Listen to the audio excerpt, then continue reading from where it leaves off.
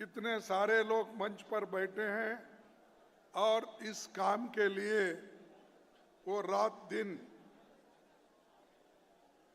संविधान रक्षक अभियान के कार्यक्रम में वो अपना योगदान दे रहे हैं। साथियों, ये संविधान यूं ही ऐसा नहीं बना। मैं आपको चंद बातें संविधान के बारे में बताऊंगा। थोड़ा सा समय लगेगा,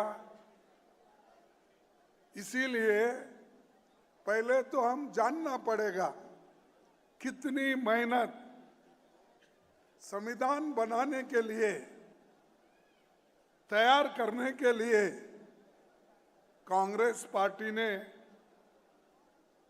अपना समय दिया और इसको बनाने के लिए डॉक्टर बाबा साहब अम्बेडकर ने किस ढंग से उन्होंने अपना योगदान दिया।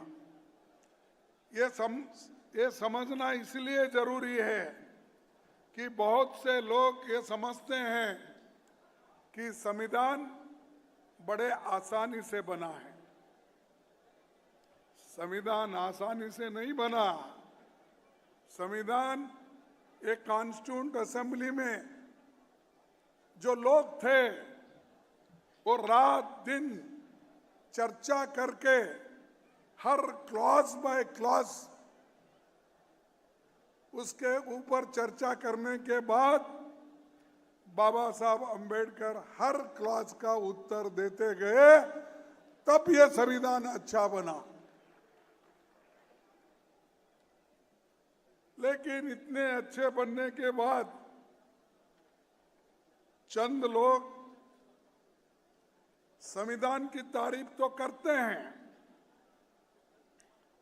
और संविधान की तारीफ ऊपर करते हैं, उसको नमन करते हैं और इतनी भाव भक्ति बाहर दिखाते हैं, उतना ही संविधान को वो अंदर से काट दे रहे हैं। कि 18वीं लोकसभा का चुनाव संविधान को बचाने के लिए राहुल गांधी जी के नेतृत्व में चला और सबसे कामयाबी हमको जो मिली इस संविधान बचाने के लिए, उनका एक भारत जोड़ो यात्रा और दूसरा लोकतंत्र को बचाने के लिए सभी SC, STs, backwards, minorities, intellectuals, ये सब आगे आ गए। इसीलिए हम मोदी जी को रोक पाए, नहीं तो मोदी जी डिक्टेटर बनते थे। आज उनको मेजॉरिटी नहीं है, वो माइनॉरिटी गवर्नमेंट है आज की। एक टांग उन्होंने टीडीपी चंद्रबाबू नायडू की लगा ली है, एक टांग उन्होंने हमारे बिहार के चीफ मिनिस्टर, क्या नाम,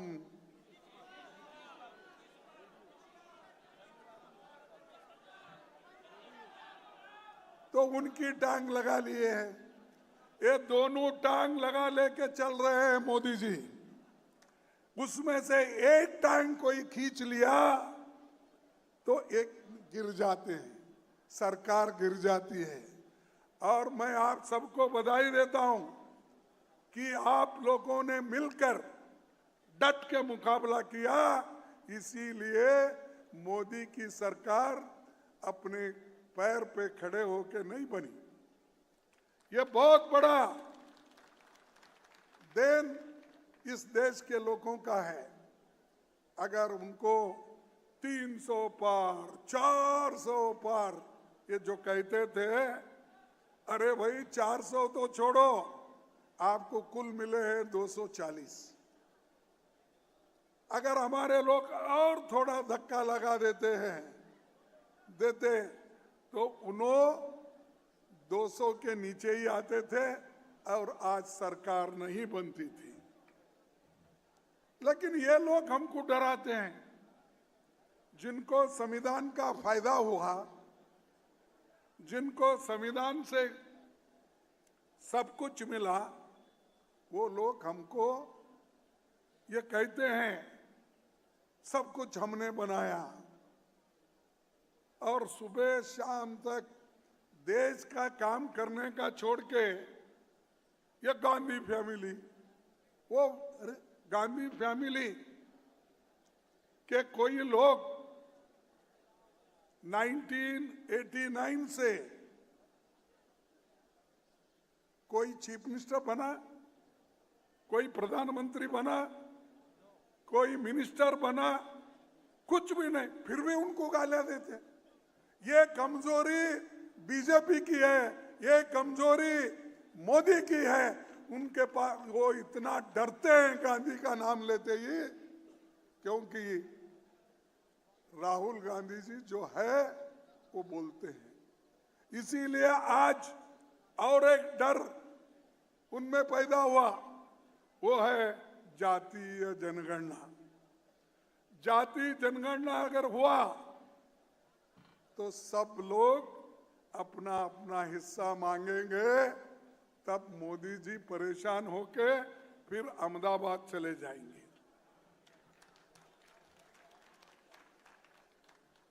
तो भाइयों, संविधान इतनी मजबूत बनी, इसको कोई फिलहाल छेड़छाड़ नहीं कर सकता। और अगर कोई छूने गया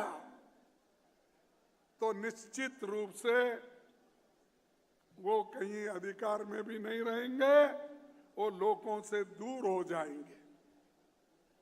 और संविधान सभा ने इतनी मजबूती के साथ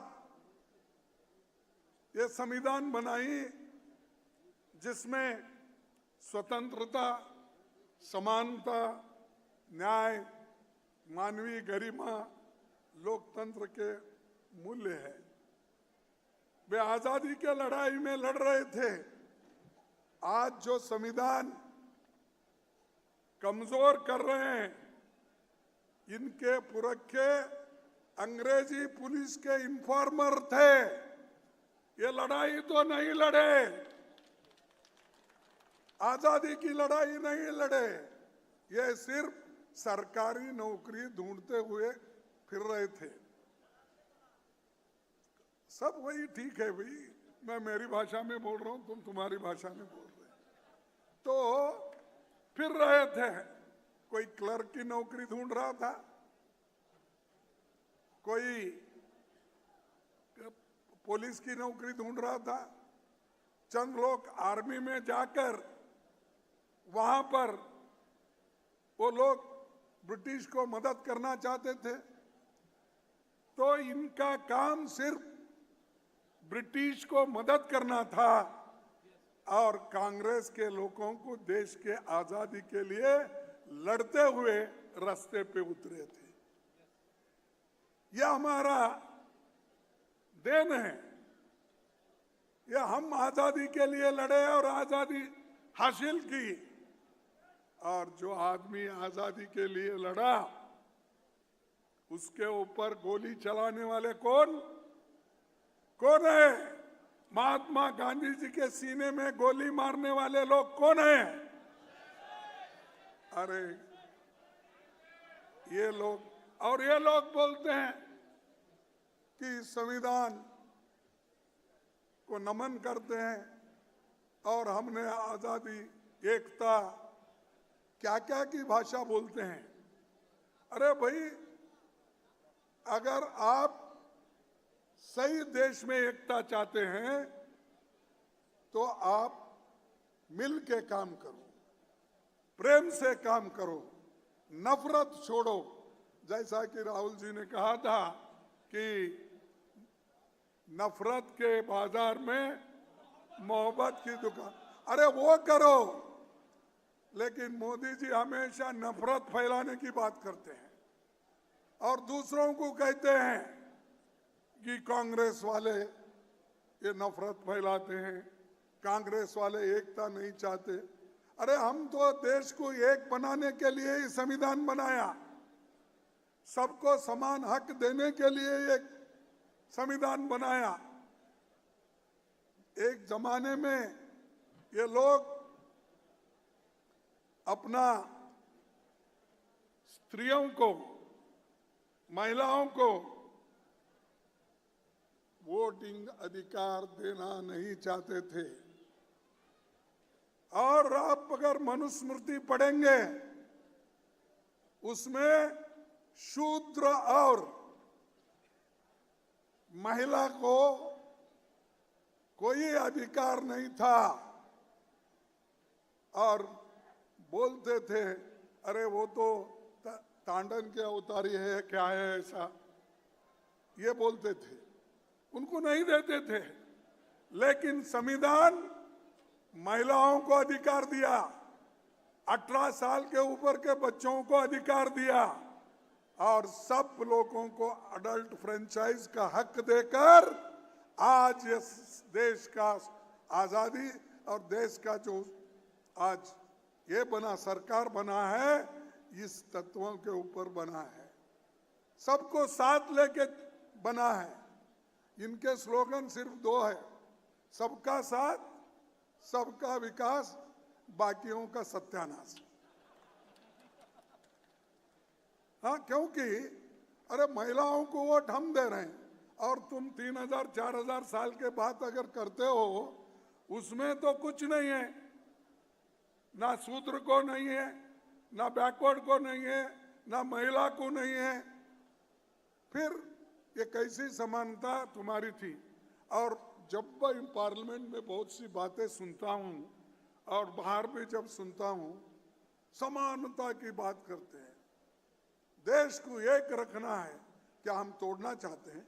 अरे देश को एक रखने के लिए तो इंदिरा गांधी जी अपनी जान दी क्या नहीं? हमारे राजीव गांधी जी, उनका कुर्बानी हुआ, उन्होंने जान दिया कई के लिए, देश एक रखने के लिए। और आपके पास कौन दिए? आपके बीजेपी में और आपके जो लोग हैं आरएसएस के, ये लोग देश के लिए इनकी कुछ देर नहीं है। और देश के लिए इनके घर में एक छोटा सा कोई, मैं अगर बोलूं तो वही बहुत बड़ा बात हो जाएगा, कोई मरा भी नहीं है, देश के लिए कोई मरा नहीं है। अरे यहां तो लाखों लोग सड़क पर आकर गोलियां खाए, अपना घर छोड़े, बीवी बच्चों को छोड़ के आकर आजादी के लिए लड़े।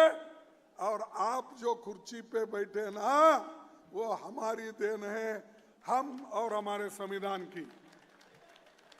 और हमको ही बोलते हो कि क्या किया कांग्रेस ने, पहले 70 साल में क्या किया बोलते थे, अब छोड़ दिए, 55 साल में क्या किए, ये बात बोलते हैं।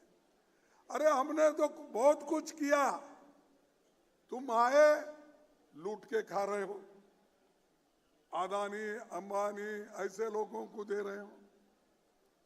और ये लोग कभी देश के लिए सोचे नहीं, सिर्फ मोदी उनके लिए सोचे, मोदी उनके लिए सोचे, उन्होंने मोदी के लिए सोचे। ये बात मैं इसलिए कह रहा हूं कि परसों के चुनाव में अदानी का बहुत बड़ा हाथ था महाराष्ट्र में उधर, क्योंकि संपत्ति इतनी जमाई उन्होंने, जमाई बोलने के बजाय मैं ये बोलूंगा, संपत्ति मोदी जी ने उनको इतना दिया है, वो उसको हजम नहीं हो रहा, वो इलेक्शन में बांट रहा है बीजेपी की तरफ से। इसीलिए भाइयों, इनको कोई कॉन्स्टिट्यूशन वैल्यूज नहीं, ये इनके पास इंस्टीट्यूशनल इंटीग्रिटी नहीं है, फेडरल कैरेक्टर नहीं है, और जो भी कुछ संविधान में बाबा साहब ने किया और जो कॉन्स्टिट्यूंट असेंबली के मेंबरों ने किया, वो एक एक करके तोड़ रहे हैं।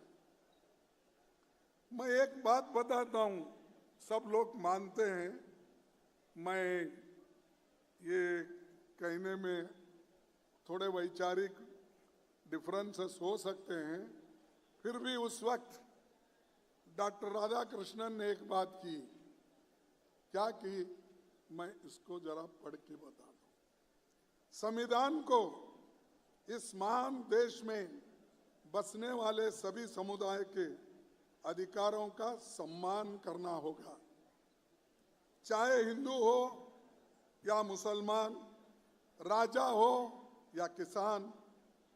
हमारी वंश परंपरा प्रमाणित करती है कि हमारी राष्ट्रीयता एक है, जीवन पद्धति एक है, हमारी एक ही संस्कृति है जो हिंदू मुसलमानों दोनों में ही है।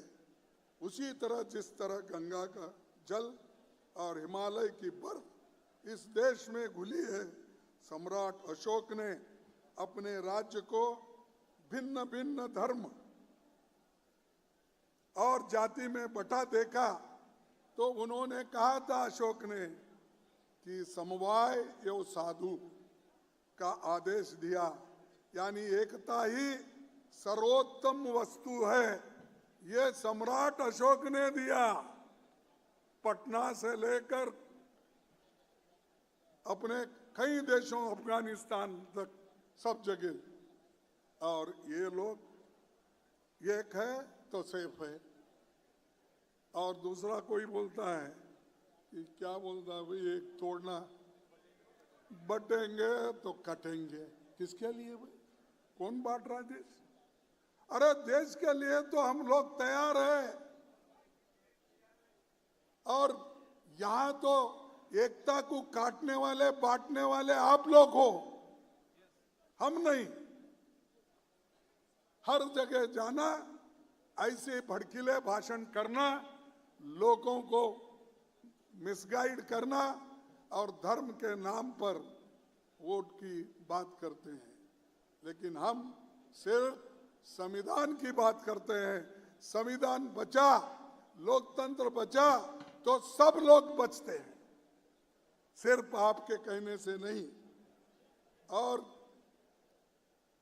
बाबा साहब अम्बेडकर ने एक बात कही थी, मैं दो कोटेशन उनका बोलता हूं, एक यहां है और एक दूसरा आएगा।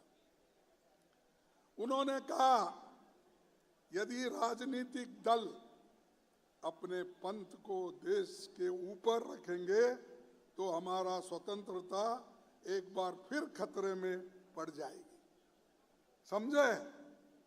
यदि राजनीतिक दल अपने पंथ को देश से ऊपर रखेंगे तो हमारी स्वतंत्रता एक बार फिर खतरे में पड़ जाएगी और संभवतः हमेशा के लिए खत्म हो जाए। हम सभी को इस संभाव्य घटना का दृढ़ निश्चय के साथ प्रतिकार करना चाहिए। ये बाबा साहब जो अछूत उनको कहते हैं, दलित कहते हैं, उन्होंने देश के बारे में ये बात बोली। अगर आप लोग ये स्वीकार करते हैं तो हमको पाठ मत पढ़ो, तुम खुद उसका आचरण करो। तो ये लोग कहते हैं, करते हैं ये, और बाबा साहब की तस्वीर तो आप लगा रहे हैं, जब जब जरूरत होती तब लगाते हैं, हमेशा नहीं लगाते। तो ये आपने जो जागरूकता अभियान चला रहे हैं, मैं आप लोगों को धन्यवाद देता हूं, क्योंकि ये कम से कम सबको पहुंचे। और खासकर ये दफ्तर में जो आज आरएसएस और बीजेपी लगा रहे हैं, और बाबा साहब को भी नमन करने का उनको याद आया है, तो इसका अर्थ है कि आप जो उनका बाबा साहब का अभियान चला रहे, संविधान का अभियान चला रहे, इसकी वजह से वो अपना सर झुका के संविधान का नमस्कार कर रहे हैं। नहीं तो संविधान, बाबा साहब, उनको कुछ नहीं, सिर्फ गोलवलकर गुरुजी और आरएसएस इधर ही देखते थे वो। लेकिन आज आपने झुकाया उनको, संविधान को नमन करने के लिए आपने सिखाया, इसलिए आप लोगों को मैं धन्यवाद देता हूं। ये मोमेंट के वजह से चल रहा है।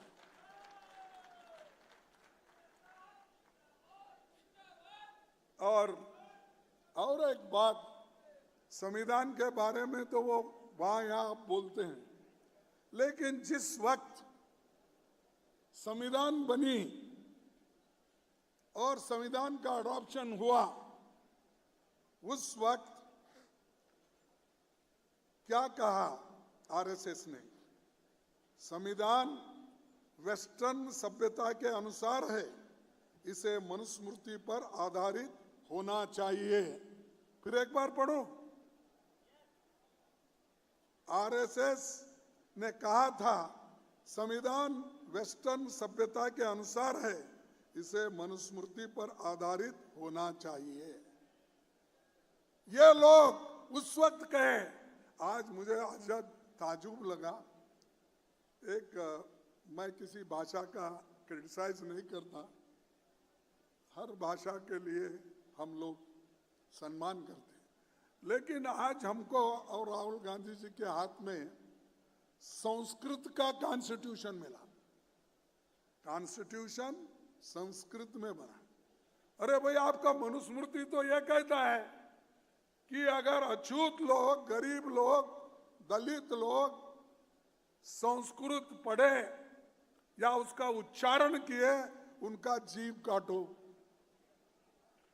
ये है क्या नहीं? आप देख लो, उनका जीव काटो। अगर सुने संस्कृत तो उसके कान में शीशा डालो गरम करके।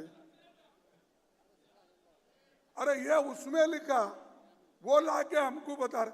अरे संविधान जो बाबा साहब अंबेडकर ने बनाया है, सरल और सबको समझने वाली, वो जनता के सामने रखो आप। हमारे डायस पे बैठे थे हम लोग, उसमें कितने लोगों को संस्कृत आता था मुझे मालूम नहीं। तो ऐसी चीजें लाते हो और ये लोगों को, और इसका आरएसएस के जो एक पेपर है ऑर्गेनाइजर, 30 नवंबर 1949 को अपने एडिटोरियल इसमें लिखा। क्या लिखा? संविधान आने के बाद यह लिखा, भारत के इस नए संविधान की सबसे बुरी बात यह है कि इसमें भारतीय कुछ भी नहीं है। अगर इसमें भारतीय कुछ भी नहीं है तो मोदी जी, आपके लोग ने जो कहा, तो आप से संविधान दिवस क्यों मना रहे हो? भारत के इस नए संविधान की सबसे बुरी बात यह है कि इसमें भारतीय कुछ भी नहीं है। प्राचीन भारत के अद्भुत संवैधानिक विकास के बारे में इसमें कोई जिक्र ही नहीं है। और ये मनुस्मृति के जो आज तक मनुस्मृति में दर्ज मनु के कानून दुनिया की प्रशंसा के कारण है, क्योंकि इनको मंदिर के बाहर रखो, घर के बाहर रखो, पानी पीने से दूर रखो, शिक्षण से वंचित करो, ये था। तो ये कहते हैं आरएसएस के लोग अपने ऑर्गेनाइजर पेपर में लिखते हैं, कानून दुनिया की प्रशंसा का कारण है और वे स्वयं स्फूर्तित, आज्ञाकारित और अनुरूपता पैदा करते हैं। हमारे संवैधानिक विशेषज्ञ होने के लिए ये सब निरर्थक है। तो जो संविधान का अपमान करते हुए और मनुस्मृति का उसकी स्तुति करते हैं, क्या ये लोगों को मानना चाहिए? ये लोग ढोंगी है, इसी से बताता है। और बड़ी बड़ी भाषण तो करते हैं हमारे प्राइम मिनिस्टर, पर इसका खंडन क्यों नहीं करते? यह अच्छा नहीं है और आरएसएस को बोलना चाहिए हमारे लोग गलती किए। मैं इसमें हिस्सा नहीं लेता, मैं सिर्फ बाबा साहब अम्बेडकर का भक्त हूं, उसी को मैं विश्वास में रखकर काम कर रहा हूं।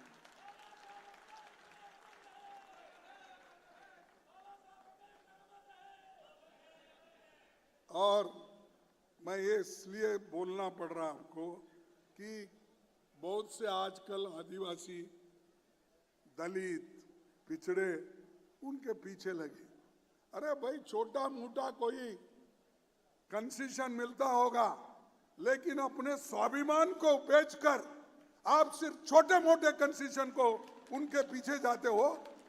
और उनकी मंशा ये है जो मैंने बताया। तो इसलिए दोस्तों, मैं जो कुछ हमारे संविधान में है, और संविधान की ये अपना रक्षा करना हमारा धर्म है, और उसमें डेमोक्रेटिक रिपब्लिक, उसके बाद फंडामेंटल राइट्स, इंडिपेंडेंट जुडिशरी, ये सारी चीज़ें हैं, freedom of religion.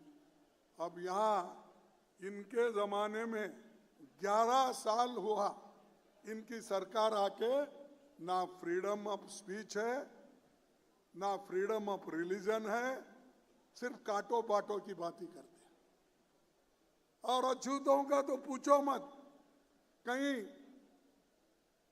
Madhya Pradesh में आदिवासी के मुंह में पेशाब करते हैं, कई स्त्रियों को रेप करते हैं, कहीं घोड़े पे अगर बारात निकली तो उसको उतार के खींच के मार देते हैं। और ये संविधान के रक्षक हैं, ये तो संविधान के भक्षक हैं, खत्म करना चाहते हैं। तो इसीलिए इनकी सोच है, वही सोच के मुताबिक काम करते, और ये संविधान के तहत ये काम नहीं करते। इसीलिए ये बड़ी बड़ी बातें करने वाले, इनको हम पीछे ढकलना चाहिए और आगे हम सभी लोग एक होकर आगे बढ़ना चाहिए। अब तो ऐसा है, मैं इलेक्शन के बाद नहीं करता, लेकिन मैं एक बात करूंगा, वो जरूर करूंगा, और हमारे अपोजिशन लीडर राहुल गांधी जी भी इसको मानेंगे। अरे हमारा सब जितनी भी शक्ति लगा के एससी, एसटी, ओबीसी, गरीब तबके के लोग, छोटे कम्युनिटी के लोग, ये लोग जो अपना वोट दे रहे हैं, वो वोट फजूल जा रहा है। नहीं, वो ईवीएम छोड़ दो, हमको ईवीएम पीवीएम कुछ नहीं, हमको होना बैलेट पेपर पे वोट, बस।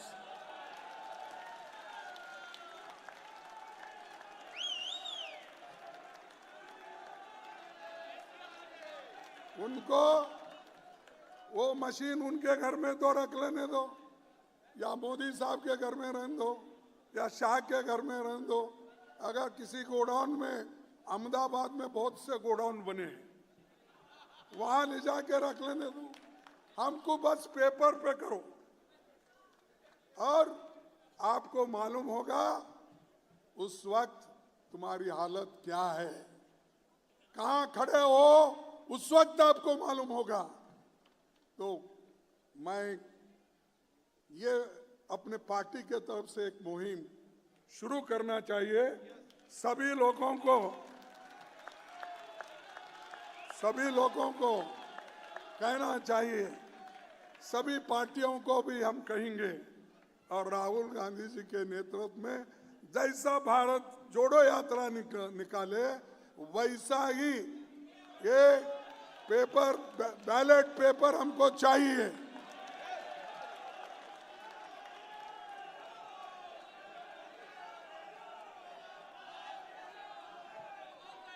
अब आखिरी 2-3 बातें मैं आपको कह के मैं खत्म करता हूं। 1-2-3 बातें इसलिए कहना पड़ रहा, आप बहुत से लोग जो संविधान बनाने वालों ने कैसा अपनी बात कॉन्स्टिट्यूंट असेंबली में रखे और उनके वजह से आज हमको जो हक मिला है तो वो सोचना जरूरी है। डॉक्टर बाबा साहब अंबेडकर ने ये कहा था, I came into the Constituent Assembly with no greater aspiration than to safeguard the interest of the scheduled caste, scheduled tribes. I had not the remotest idea that I would be called upon to undertake more responsible functions. I was therefore greatly surprised when the Assembly elected me to the drafting committee. ये बाबा साहब के word है। कौन elect किए? Constituent assembly ने elect किया, जिसमें कांग्रेस की बहुमत थी और कांग्रेस के वजह से बने। I was more than surprised when drafting committee elected me to be its chairman. There were in the drafting committee many competent people. I am grateful to the Constituent Assembly and the drafting committee for reposing in me so much trust and confidence, and to have chosen me as their instrument and given me this opportunity of serving the country. ये बाबा साहब अंबेडकर ने बोला, वहाँ एक member के नाते वो जाना चाहते थे, लेकिन उनके विचारों को देखकर उनको ड्राफ्टिंग कमेटी का चेयरमैन कांग्रेस ने बनाया। ये बोलना चाहिए, नहीं तो अकेले बाबा साहब अंबेडकर नहीं बनते थे। जो हम देवता उनको मानते हैं, वो देवता नहीं बन सकते थे, क्योंकि कांग्रेस ने सब कुछ मदद की और आज हमारा संविधान बना और संविधान के वजह से हम सब लोग यहाँ वहाँ उधर इधर बैठ रहे हैं। अब हो सकता है जैसा कि राहुल जी ने कहा कि बड़े बड़े हुद्दों पे तो हम नहीं हैं। अब बड़े बड़े हुद्दे कब मिलते हैं? जैसा इंदिरा गांधी जी की हुकूमत आएगी, जैसा हमारे पंडित जवाहरलाल नेहरू जी की हुकूमत थी, वैसा अगर फिर से आएगा आपके नेतृत्व में, तब यह सब कुछ बनेगा, तब कुछ बनेगा। नहीं तो हम कहने से नहीं होने वाला है, इसको लाना पड़ता है और हम जरूर इसमें लाएंगे। और खास करके इस जो बातें मैं इसलिए रख रहा हूँ, आप लोगों को ये मालूम होने दो, ये बाबा साहब ने इसलिए बहुत सी बातें कॉन्स्टिट्यूंट असेंबली में रखी और उन्होंने ओपनली ये बात कही और आगे उन्होंने कहा, the task of the drafting committee would have been a very difficult one if this Constituent Assembly has been merely a motley crowd and tessellated pavement without cement, a black stone here and a white stone there, is which each member or each group was a law unto itself. There would be nothing but a chaos. This possibility मैं आपको इसलिए बता रहा हूं कि बाबा साहब ने कैसा एक्नॉलेज किया कांग्रेस ने जो मदद की और ये कॉन्स्टिट्यूशन बनने में उन्होंने क्या कहा। This possibility of chaos was reduced to nil by the existence of Congress party inside the assembly, which brought into its proceedings a sense of order and discipline. It is because of the discipline of Congress party that the drafting committee was able to pilot the Constitution in the assembly with the sure knowledge as to the fate of each article and each amendment. The credit for the smooth sailing of the draft constitution in the assembly. मैं इसलिए आपको बोल रहा हूं, चंद लोग बाबा साहब का कांग्रेस ने अपमान किया, बाबा साहब को सपोर्ट नहीं किया। अरे सपोर्ट अगर नहीं करते, बाबा साहब ये बात बोलते थे, बाबा साहब ये कहते थे, अपने मुंह से कहा है और ये कॉन्स्टिट्यूंट असेंबली के भाषण में कहा है। लेकिन हमारे लोग कोई काउंटर ही नहीं करते। मैं क्या बोलूं, काउंटर इसलिए नहीं करते, डर के करते नहीं। अरे तुम्हारे हकूक के लिए जिस इंसान ने अपना पूरा जिंदगी दिया, उन्होंने जो कहा उसके बारे में भी आप नहीं बोलते। और कांग्रेस पार्टी जो इतना कुछ करी, उनको भी आज लोग सबको एक गुमराह कर रही है। भाइयों, मैं ज़्यादा वक्त आपका लेना नहीं चाहता, क्योंकि बाबा साहब अम्बेडकर को इवन त्यागपत्र देने के बाद भी फिर उनको पार्लियामेंट में अगर किसी ने लाया, वो कांग्रेस ने लाया। डॉक्टर जय कुमार बॉम्बे के राज्यसभा मेंबर थे, उनको नेहरू जी ने कहा कि भाई डॉक्टर अंबेडकर को हमको सदन में लाना है, आप रिसिग्नेशन दो और आपके जगह पे डॉक्टर बाबा साहब अंबेडकर को लाएंगे। उन्होंने लाया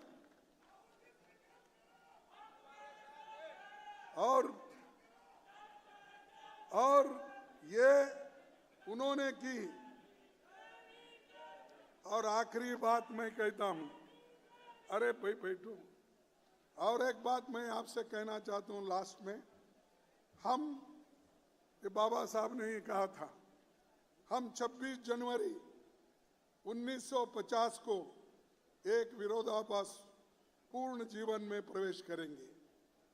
अगर हमने इसे ज्यादा वक्त तक नकारा तो हम अपने राजनीतिक लोकतंत्र को खतरे में डालेंगे। हमें जल्द से जल्द इन विरोधी तत्वों को हटाना है। कौन से विरोधी तत्व?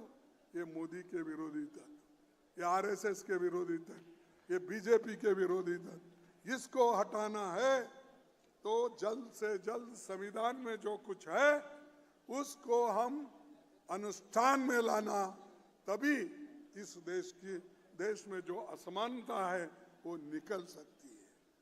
और इस राजनीतिक लोकतंत्र को उड़ा देंगे लोग अगर हमने नहीं किया तो, जिसका इस सभा ने इतनी मेहनत से निर्माण किया है।